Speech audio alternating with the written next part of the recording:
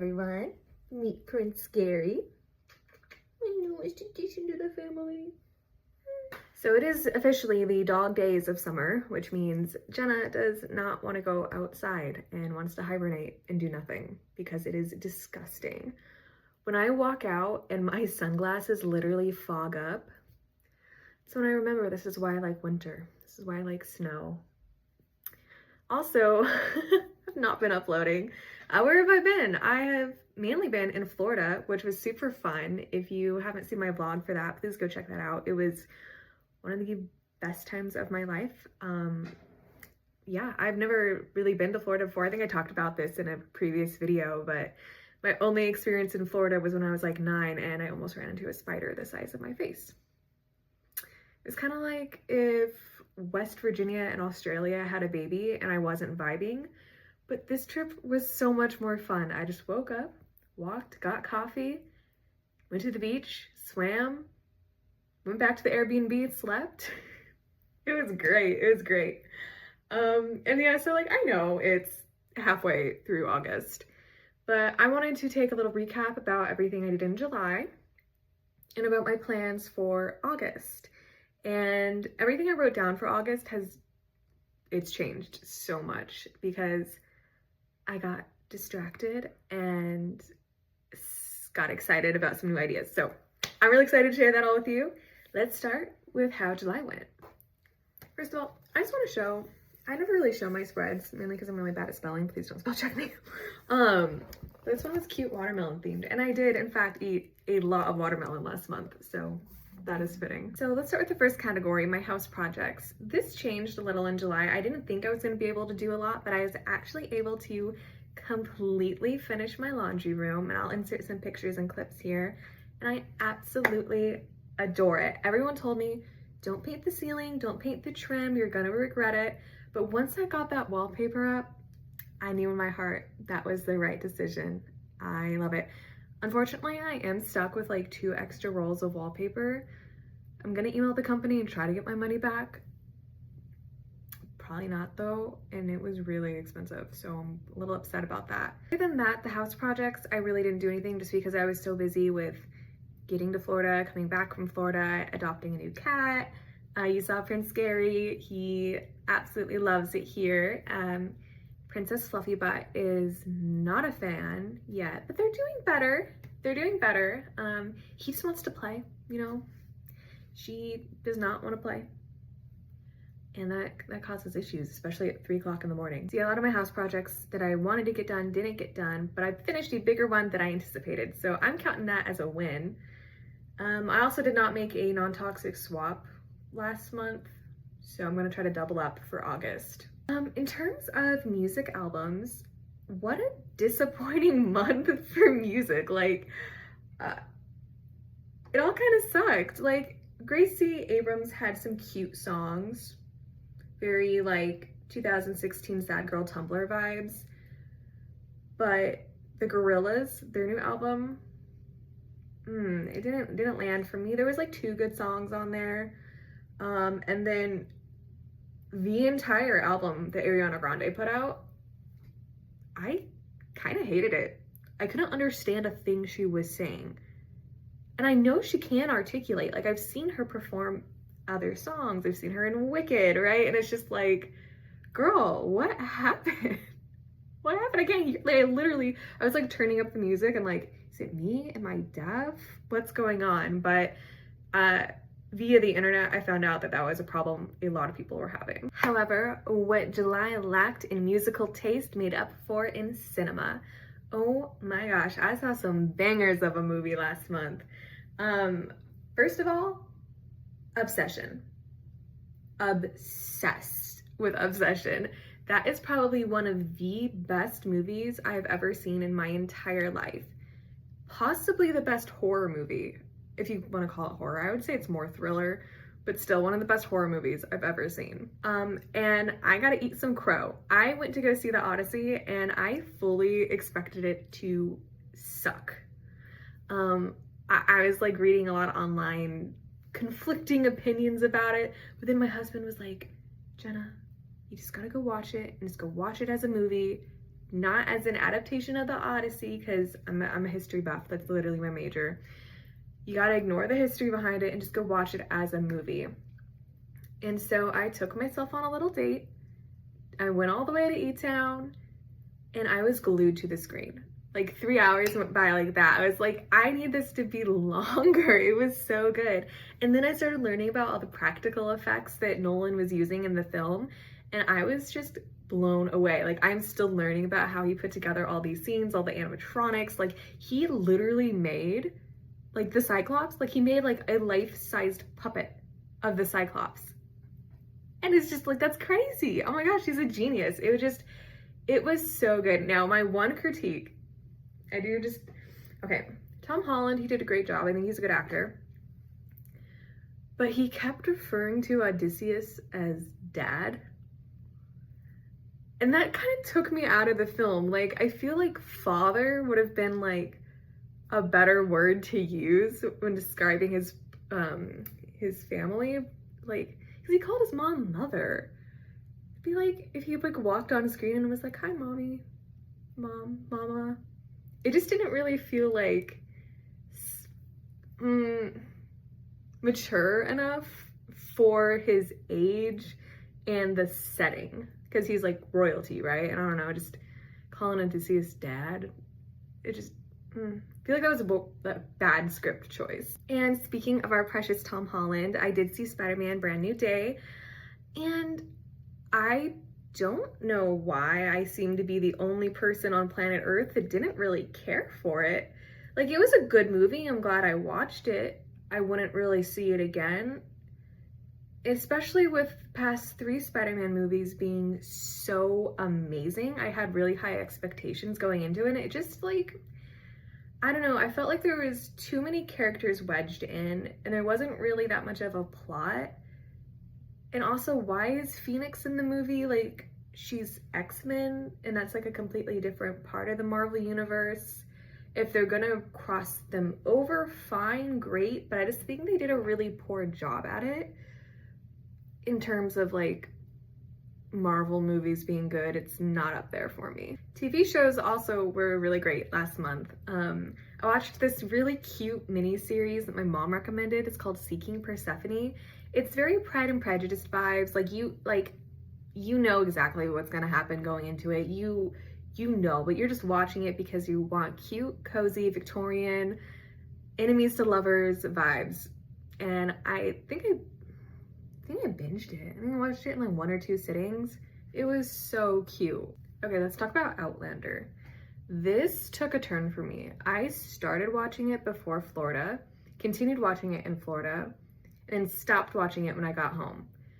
Because the amount of SA in it started getting really creepy and gross. I'm like, if a writer cannot find a way to move the plot forward without SA being the main propellant, you need to get a new job. Like, get creative. Like, that's 1, triggering for so many people. 2, it's like, why are you romanticizing that? It's not like she a little bit of a spoiler here. She was in Scotland for a total of 6 weeks. She was almost 4 times by the time I decided to stop watching it. She would not be stable. No one would be stable after that. And it was just like a horrible, I don't know. Do something else. Think like literally anything else. White Lotus, still, I think we finished, my friend Savannah and I watched White Lotus together. I think we finished season 2 last month. I really liked it. I thought it was great. Not as good as season 1, but the plot twist at the end, yeah, that was worth the whole season. And the show that surprised me the most was Little House on the Prairie, the Netflix adaptation.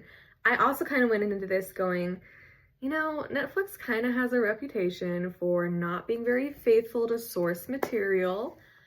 And I'm going to be honest, I don't remember the books very well, so I can't speak to that. But I thought it was really cute. Like, I really liked their take on it. You know, they made her spunky. They really like dived into like her perspective on things. And I think they brought in some characters that weren't in the book. the Native American girl she's friends with, Brave Eagle, I think her name is. Anyways, that was cute. I really liked that friendship they developed. That was nice.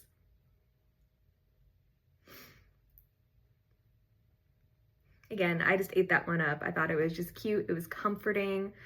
It was just what I needed coming home and relaxing from a trip. Category for podcasts. Yeah, I still haven't found a new podcast to listen to, so I'm not really gonna talk about that or go into it. Books, I'm gonna blame it on Florida for not reading very much last month, but it was just very hit or miss last month. So I started Yesteryear because I heard great things about it. And the premise sounds great, and I'm actually really looking forward to the movie with Anne Hathaway. But the book read like a Twitter post. It was just white liberal woman mad at white conservative women. And that was it. Like, the writing was mid at best. The plot was choppy. The language was uncreative. Yeah, so I DNF'd it. Yeah, I don't know. I want to say I'd pick it up again in the future, but I'm not going to. I'm just going to watch the movie. So then I started listening to Margot's Got Money Problems, and because I know it's a Apple TV show, and I was like, oh, I could read that or listen. I was listening to it and then watch the show, and it was good at first. Like, it started out like really funny and quirky and like kind of like, you know, just like that tongue-in-cheek, punchy humor that I was expecting it to be. But then it was like about halfway through, it just started getting really repetitive and very preachy about ethical sex work. And I personally don't believe there is any such thing as ethical sex work. And it was like, if the author has that belief, because you are developing a relationship with the author when you read, right? That's fine. That's fine. You know, you can work that into the plot of a book and I could still enjoy it. But it was so preachy. I mean, I was being like spoon-fed propaganda, and I was just like, I can't with this. No. Now, my big summer classic, the Iliad, that I am listening to, I am still listening to it. I have about 3 hours left. It's a very long 3 hours. This one has been challenging because at first I was like, man, this is amazing. And then it just got, again, repetitive. I feel like this is a theme, right? Repetitiveness in the books that I was reading last month started getting really repetitive. I was like, all right, I get Tydeus and Asius have another nipple wound. Cool, okay.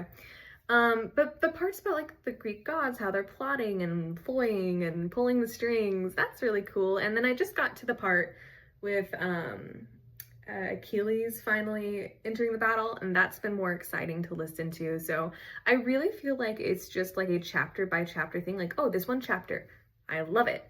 This next chapter, kind of bored. And my most anticipated release of the year, Sea of Charms by Sarah Beth Durst, came out. So I did start reading that, but I didn't even get it until the 28th. So I'm counting it as an August read. But I did finish it. I did love it. It was everything I wanted it to be. I actually think it might be my favorite book in the series so far.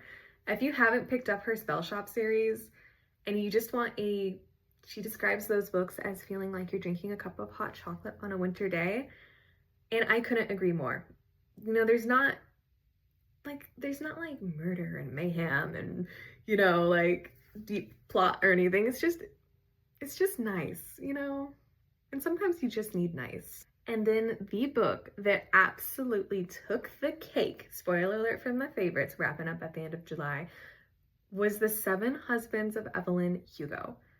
Now, I've talked about this before, how I go into books blind for the most part. I assumed it was going to be about like murder, not the casting couch of Hollywood.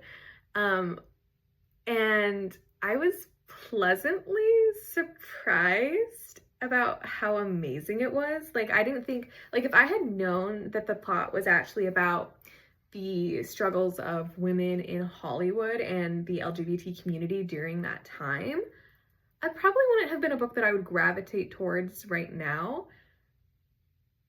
But it was so good. It was so, I mean, I ate that book up. I think I read it in like 3 days. And I'm like recommending, I gave a copy of it to my barista because, you know, guys, I go to a coffee shop on a certain day of the week every week. And I was like, hey, Daphne, have you read this book? And she's like, no, but it's on my TBR. And I was like, take my copy, read this so we can talk about it.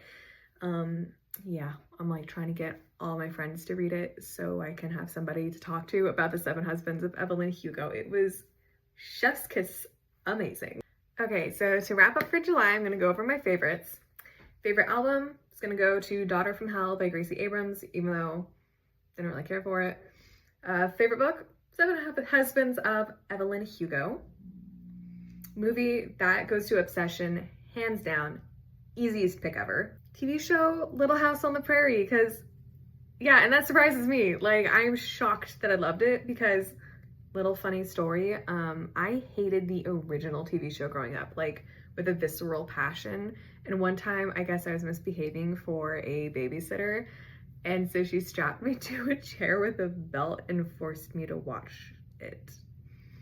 So I have like a little bit of trauma around it, but I like this version. My favorite food is gonna go to Aloha bars, like those protein bars. I've been eating them for like a quick breakfast or lunch when I don't feel like cooking, and they're so good. I may have ordered like, I think like 7 different flavors, and now like you pull out my snack drawer and I just have like these really organized containers full of all of the Aloha bar flavors. I actually want to make like a whole separate video like tier ranking them. I think that'd be so fun. My favorite activity, I'm gonna give it to swimming in the ocean in Florida.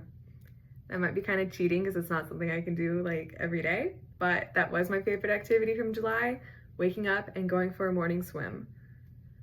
Okay, let's talk about August. Look at my spread. I think that is so cute. I think I did a good job on that one. First category, house projects.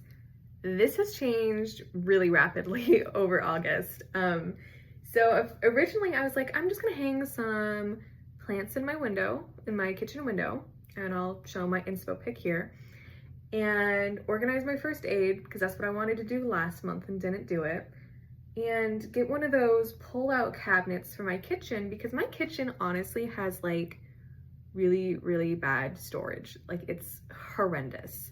And so I want to get one of those standing pantries that you can pull out, and I did order that, so yay on me. But I've gotten so distracted and so excited about some things in my kitchen. So, okay, so I have been kind of wanting an espresso machine for a decade, probably a decade, like a real Breville espresso machine. And so I've been hunting Facebook Marketplace for a Breville espresso machine for months now. And then my friend, Kristen, she dropped me off. It was really sweet. She dropped me off like breakfast and she has an Nespresso machine, and she pulled a shot and like gave me some espresso to have for breakfast. And so I made my own little latte at home, and I was like, this is actually delicious. Like, it was fantastic. I think she used the pumpkin spice Starbucks pods. They're limited edition right now. Just heads up, girlies, I will be stocking up on those. Yeah, and I was like, okay, well, this is delicious, but I feel bad about the amount of waste Keurig machines use, you know, like all those plastic cups ending up in the landfill, like you can't recycle them. And so that's why I have been vehemently against getting an espresso machine, because I don't want to produce that waste. And you can't, like, there's not like a good reusable solution for the Nespresso machine. But then I was looking at their website, and they're all made from aluminum. Like, the pods are made from 100% aluminum, and they have a free recycling program. So you save your pods, you send them back, and they recycle them. And I think they recycle them at 80%. And I was thinking to myself, okay, if I go out and I get coffee on average 3 times a week, maybe 4 if I'm feeling bougie, a lot of times I don't have like a good reusable cup for iced drinks. In the wintertime, I bring my thermos everywhere. That baby goes with me everywhere. But for iced drinks, I just don't really have a good solution, because they can't like take the lid and the straw, and there's all these like rules and stuff where I live about it. And I was like, well, me getting an espresso machine and then recycling the aluminum pods at 80%, you know, that's a lot less waste than I would be producing going out and getting an iced latte 3 times a week. So I was looking on Amazon. No, just talking about the environment. I'm like, I was on Amazon. But I was looking for a refurbished machine. I checked the Nespresso website first. They didn't have what I was looking for. I wanted the Virtue Pop. And they had a used one, like a refurbished one. And it was on sale. And I had a bunch of credit card points. So I got myself an espresso machine for not 35, gosh, no, that would be amazing, for 75 bucks. So I was like, okay, that's a steal. You know, I'm pulling the trigger, I'm getting that. And then it came, and I realized it doesn't fit on my current coffee bar, which I'll picture here. And I was like, okay, so that's kind of a problem. I do need a place to put this if I'm going to be using it every single day, which I have been making coffee every single day. And that's been like a really nice change in my routine, is instead of like waking up and like going, I've actually been sitting down and just like drinking my collagen coffee and reading a book, and I've been loving it. I really feel like it's regulating for my nervous system. I feel like I'm actually able to like get up after that and like go on a walk without feeling exhausted. It's just like giving that time to my body to just like kind of wake up and settle in. It's been lovely. But anyways, yes, I don't really have a good place to put it. And I swear I'm getting to a point. So it's been on my counter, like my kitchen island. And then I went to Trader Joe's.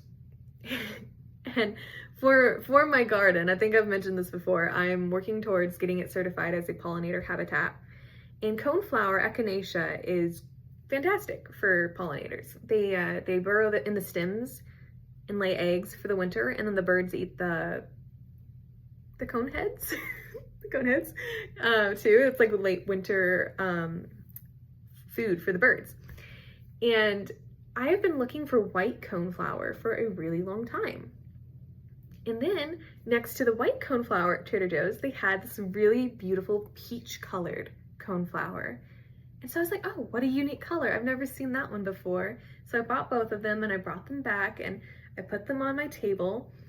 And was it yesterday or the day before, I was standing there, I was like looking at my Nespresso machine and I was looking at the flowers, and I noticed just how absolutely gorgeous that peach color looked against my cream colored walls and all of the decor that I have around it. And then I was thinking, I was like, I should get a new coffee bar set up because I need a bigger one and paint it that peach color.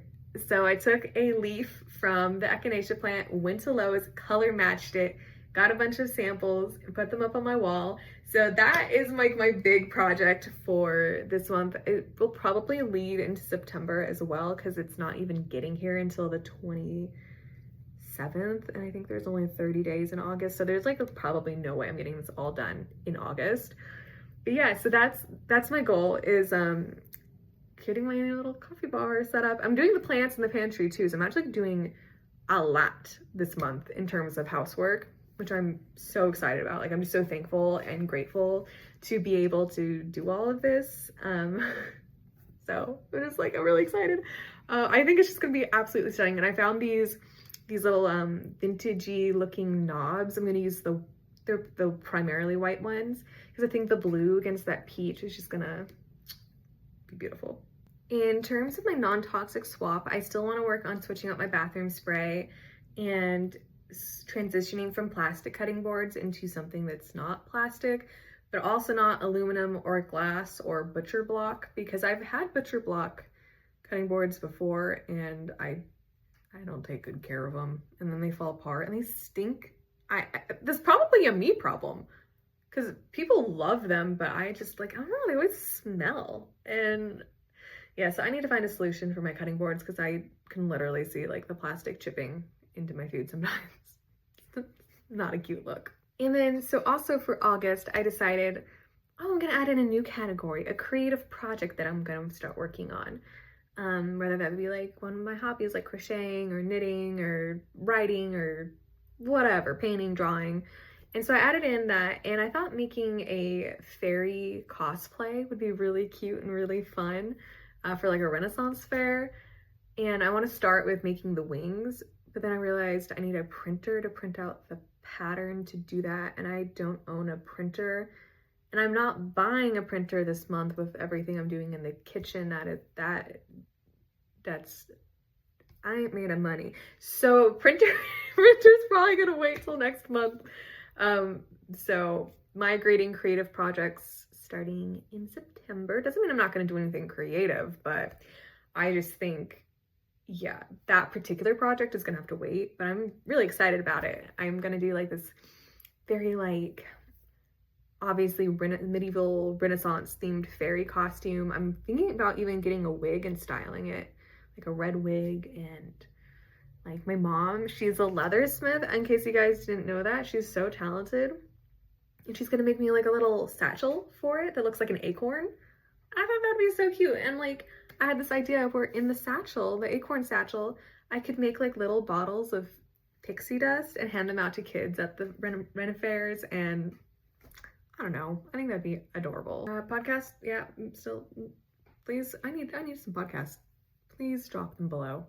I need something. I'm out of ideas for podcasts. I've been re-listening to Mike Winger.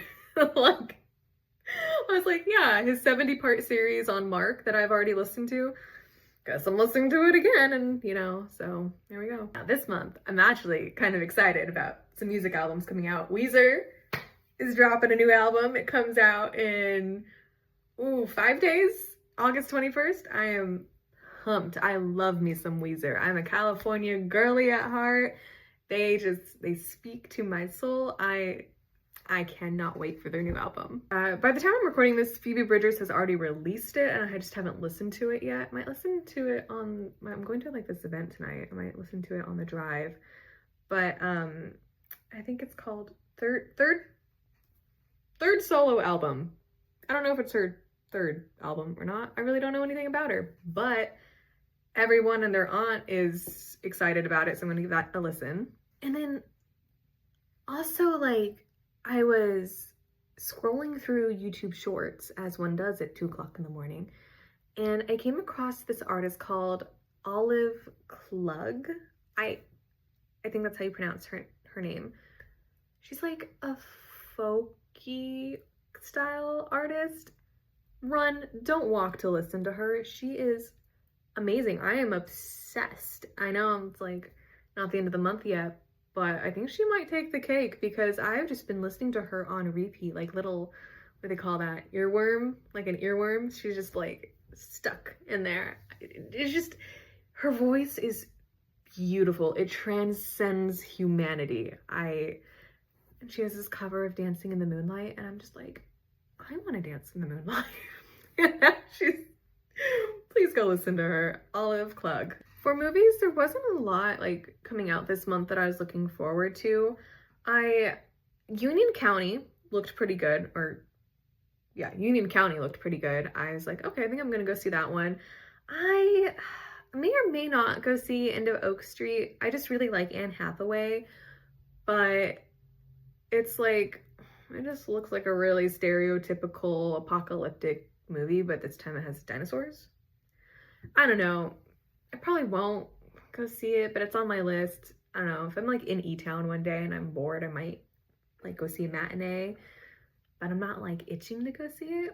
And then I wrote it down because I was like, oh, another Korean horror film. Because remember when Parasite came out six years ago and everyone loved it? I loved it. It's one of my top horror movies of all time. And I was like, oh yeah, okay, I want to go see it. And then, so I wrote it down, and then I watched the trailer, and I'm kind of chicken, not gonna lie. It's really, really gory looking. I don't know. Like, it looks like, and that's the problem, is like, it looks like it's gonna be such a good movie. Like, the plot looks amazing, the acting looks great, the directing looks phenomenal. But there's so much gore, and I'm so sensitive to that. So, I don't know. My friend Nikki, she loves horror movies. So if she is like free one day and wants to go see it with me, I might just suck it up and go see it and then sleep with my light on for the next week. But we'll see. I don't know. I don't like putting that stuff into your brain because, like, did you know your brain, like, literally can't tell the difference between something that's happening on screen versus something that's happening in real life? So I'm like, I kind of don't want to traumatize myself with seeing people's faces ripped open. In terms of books this month, pretty straightforward. Finishing up Sea of Charms. Well, I already finished it by the time you watch this. Finishing up The Once and Future King, which I will get into this in next month's wrap up, but I'm really struggling to rate that book. Yeah, it's like 800 pages long, and I feel like I have a different rating for each section of the book. But yeah, I'll talk about that later. Because yeah, I'm kind of doing like a mini unit on medieval history, and so I want to finish up The Once and Future King. I'm currently reading Beowulf, and I want to read Sir Gawain and the Green Knight, translated by J.R.R. Tolkien. And then also, I want to finish listening to the Iliad. Like I said earlier, I only got like 3 more hours on it. It just feels like a long 3 hours. And then I was like, earlier this year, I was like, for the summer, I'm gonna read the Iliad and the Odyssey. I think I'm gonna hold off on the Odyssey and do that next summer. Yeah. Well, thank you guys so much for watching. I hope you have a great day, and I'll see you next time.